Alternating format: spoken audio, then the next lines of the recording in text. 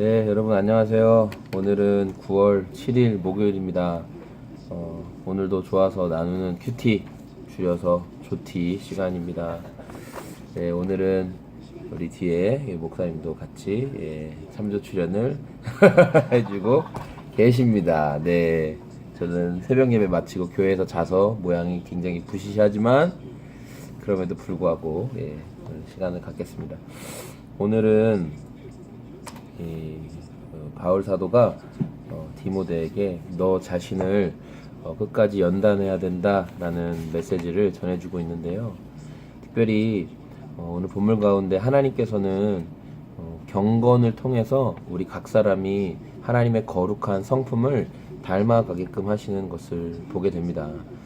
오늘 이 바울 사도가 말씀 가운데 등장하는 거짓 교사들에 대해서 말하는 내용들을 보면 이들의 가르침이 옳으냐 또 그르냐를 어떻게 판단할 수 있냐면 이들이 가르친 대로 여러분들이 살았을 때 경건한 삶으로 인도되어지느냐로 그 증거를 찾아보라고 말하는 것입니다. 이 거짓 교사들의 가르침을 따랐을 때 절대로 그 성도의 삶이 경건한 삶으로 이어지지 않는다고 말하는 것이죠. 왜냐하면 거짓 교사들의 삶 자체가 경건하고 거룩한 삶이 아니었기 때문입니다. 이들은 겉으로는 굉장히 금욕적이고 굉장히 깨끗하고 아주 거룩한 척 많이 했지만 실제로 이들의 삶은 내면에는 아주 깊은 강한 탐욕이 있었던 사람들입니다. 그렇기 때문에 이들의 가르침을 따랐을 때 성도가 거룩한 삶으로 주님도 닮아가는 삶으로 살아갈 수 없다는 것이죠.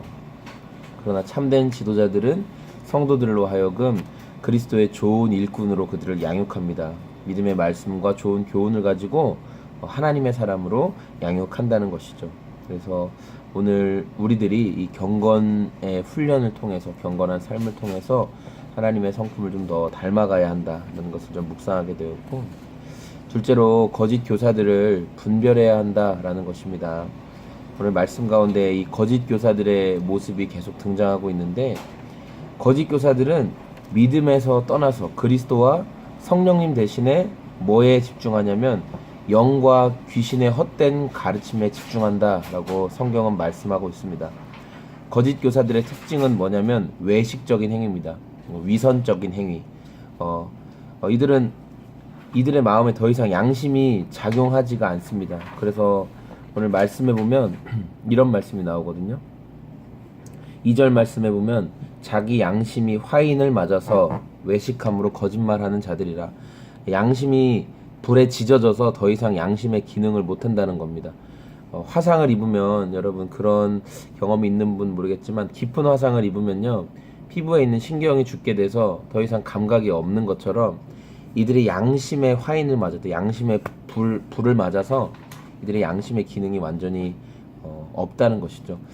어떻게 사람이 양심의 기능이 없을 수 있을까? 여러분 그런 생각하실 수 있지만, 이번에 여중생 사건이나 또 여러분들이 손가락질하고 안타까움을 여기는 어떤 지도자들, 또 교계의 지도자들, 이런 것들을 보면서 어떻게 저 정도까지 갈 수 있지? 어떻게 저렇게까지 할 수 있지? 대단한 잘못을 한 것도 아닌데 상대방을 그렇게 심하게 때릴 수가 있을까? 왜 그럴까요? 양심의 기능이 제 기능을 하지 못하는 거죠. 네, 그냥 여러분 이 죄의 가장 무서운 건 뭐냐면 자기 합리화입니다. 내가 그 정도로 잘못했어? 자기가 그렇게 잘못해놓고서 내가 그 정도로 잘못했어? 또는 상대방이 맞을 짓을 했어. 상대방이 나 이 정도 피해를 당할 짓을 했지 라고 자기 자신을 돌아보기보다 항상 그 비난의 화살을 남에게 돌리는 것이 죄의 무시무시한 점이죠. 예수님은 이런 거짓 교사들에 대해서 뭐라고 말씀하셨냐면 그들은 마치 회칠한 무덤과 같다. 그러니까 이렇게 잘 시멘트 칠을 잘 해놓은 무덤과 같다는 겁니다. 겉보기에는 아주 잘 정리되어 있고 겉보기에는 굉장히 깨끗한 것 같지만 그 속에는 뭡니까? 시체 썩은 냄새가 진동을 하는 것에 대해서 예수님 말씀하고 있습니다.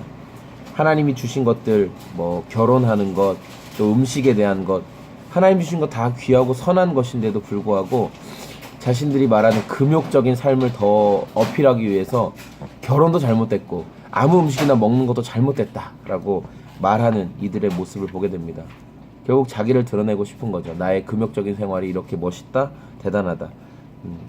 여러분 분별하십시오. 우리가 판단해서는 안 되지만 우리는 분별해야 됩니다.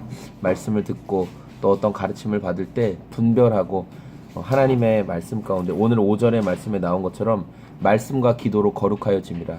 기도하십시오. 하나님의 말씀을 구하십시오. 하나님께서 저에게 바른 진리의 말씀을 깨닫게 해주십시오라고 여러분 기도하시며 분별하시길 소망합니다. 오늘 마지막 말씀을 통해서 특별히 본이 되는 지도자가 되라라는 것입니다. 디모데는 연소했습니다. 나이가 어렸습니다. 교회에는 더 나이 많고 또 어떤 경륜이 있는 사람들이 있었습니다. 그들에게 영적인 어떤 권위를 제시할 때 분명히 어려움들이 있었다는 것이죠. 그래서 바울은 본이 되는 지도자가 되라고 말씀하고 있는 것입니다.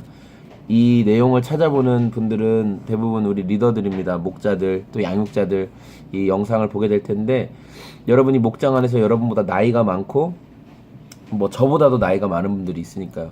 그런 분들을 대할 때 여러분 어떤 어려움이 있으십니까? 난 나이가 적으니까, 난 나이가 어리니까 또 그들에게 내 말이 잘 먹혀들지 않을 거야 라는 생각이 있을 수 있죠.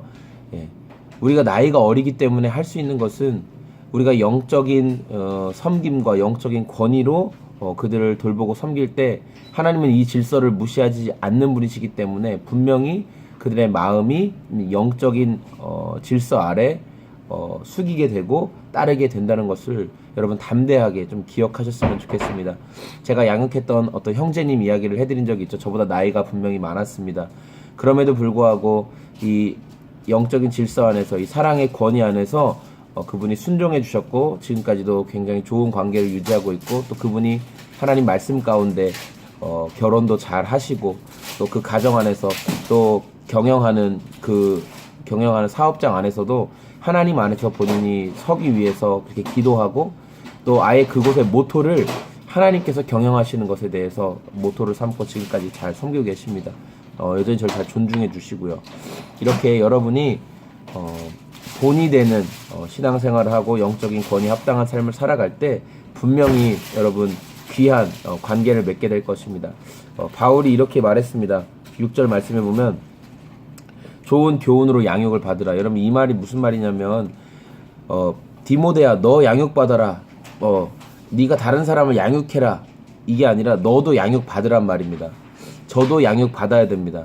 여러분도 양육 받으셔야 됩니다. 이미 양육을 다 받으셨죠.